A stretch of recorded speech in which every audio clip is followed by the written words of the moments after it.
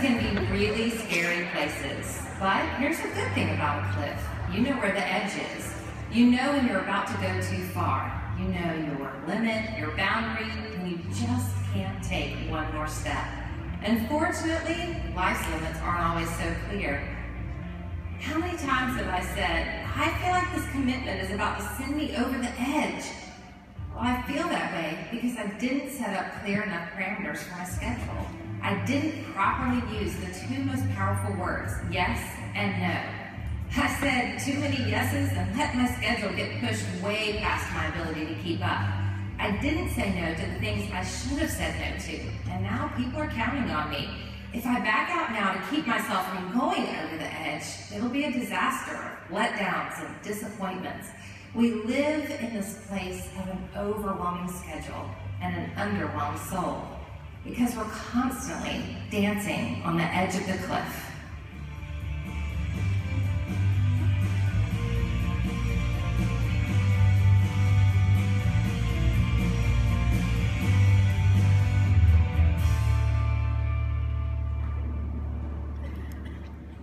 Can I be honest and let you know, I still sometimes flirt with the edge of the cliff. I still sometimes overschedule myself. I say yes to too many people and too many commitments, and I let my best yes convictions get run over by the demands of my constantly busy schedule. But there's a story in the scriptures about predetermining what my best yes life looks like. It's the story of Joshua and Caleb. In the book of Numbers, we find Moses sending 12 spies into the promised land to scout out what the land was like. Joshua and Caleb were among these 12 spies, but there was a really big difference between how they looked at the promised land and how the other men looked at the promised land. The 10 came back after their 40-day exploration, reporting on giants and walls and armies that just terrorized the Israelites. Joshua and Caleb, well, they came back with a totally different perspective. Caleb said, let's go at once and take the land. We can certainly conquer it. But the people refused. So for the next 40 years, they wandered in the desert. After that generation had died, Joshua and Caleb were the only ones then to be able to enter into the promised land. I think it's interesting if you listen to what Caleb says in Joshua 14, 7 through 8, about why he wanted to take the land 40 years before. Caleb said, I was 40 years old when Moses, the servant of the Lord, sent me to explore the land, and I brought him back a report according to my convictions. But my brothers who went up with me made the hearts of the people melt with fear. I, however, followed my Lord wholeheartedly. Caleb brought back this report, he said, according to his conviction. Not conviction like when we've done something wrong and we feel convicted about it. Caleb's conviction was a fixed or firm belief. So much like the blessing, if you can say that there's a blessing up the cliff, much like the blessing up the cliff, I can fix my edges where it makes my decisions so much easier. Caleb had predetermined that God would help him conquer that land.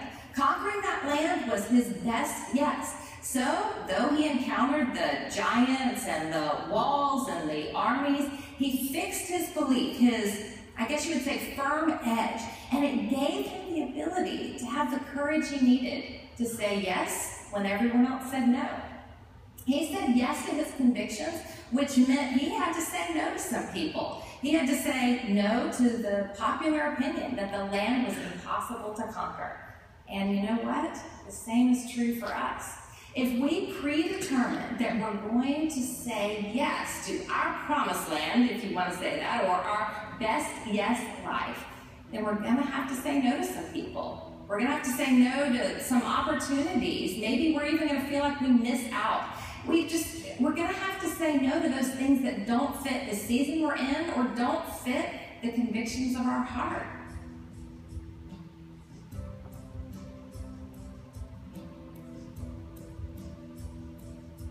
For my family, I predetermined that Monday nights would be kept very special. This is one of my best yes decisions. I always wanted to have the kind of home where people would feel comfortable gathering. I wanted that sacred space where my family could eat and laugh and connect. But I also wanted a place where others could come and receive love and nourishment around our table. This is kind of a funny thing because if you know me, you know I'm not really that great at hospitality. So when I set apart this Monday night dinner as a place where my kids know, hey, if you want to invite someone over, you can invite them Monday night anytime. And I'm just going to trust that, kind of like the loaves and the fishes, that God will multiply whatever food we have. And make no mistake, you probably won't find me serving recipes that are like from a fancy cookbook. I mean, we may have, like we did a couple of Monday nights ago, pancake wars, where my kids and a couple of their friends, they all made these wild concoctions with pancake mix. Nothing fancy at all, just simple. But you know what made that night really, really special?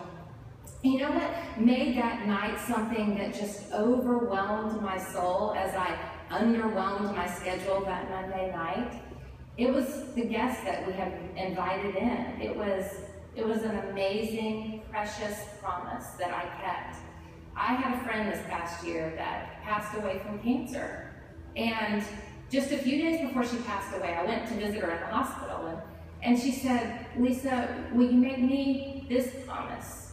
Will you help my husband, her husband, who is now responsible for these 2 teenage girls, will you help him make sure that he gets my girls in places where women can speak into their lives with love and with nurture like only a woman can do? Now, my schedule is really overwhelming, and I'll be honest, sometimes when those kinds of requests come in, I feel such a sense of responsibility that I've got to keep that commitment, but I know the realities of my schedule. However, with absolute abandon, with absolute confidence, I could say to my friend, yes, I will invest in your girls. I will invest in your family, because I know that I have Monday nights.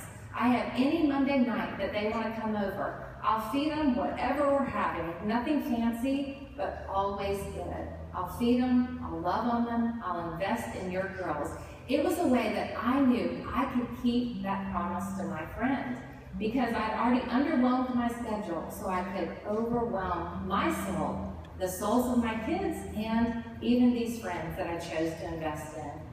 However, trying to make time for these dinners with my schedule, you know, if I wouldn't have set apart Monday night, it could have really, really been frustrating, because you can't just make time or find time. I can't just hope that all the stars align and the extra time just appears. Therefore, I have to set aside these Monday nights as the predetermined time to make this happen. During this process of guarding these Monday nights for these special dinners, I predetermined that this was a best yes for my family. I discovered, though, that because I set aside Monday nights as this predetermined time, I was going to have to say no to everything else that came up on Monday night.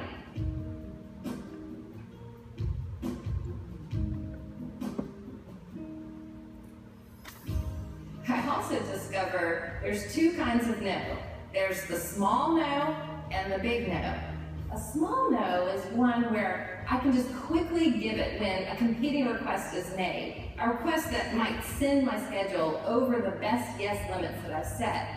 I don't have to delay saying no for a request that comes for Monday night. I can just quickly and kindly state that Monday nights are reserved for family time.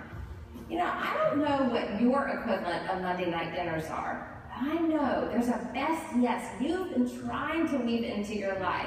So, assignment number 1 this week, I don't want you to find time for that best yes. I want you to predetermine that this best yes is a priority and set your schedule accordingly. Set up where your edge is and practice the small no, quickly and kindly turning down anything else that could send you over the edge.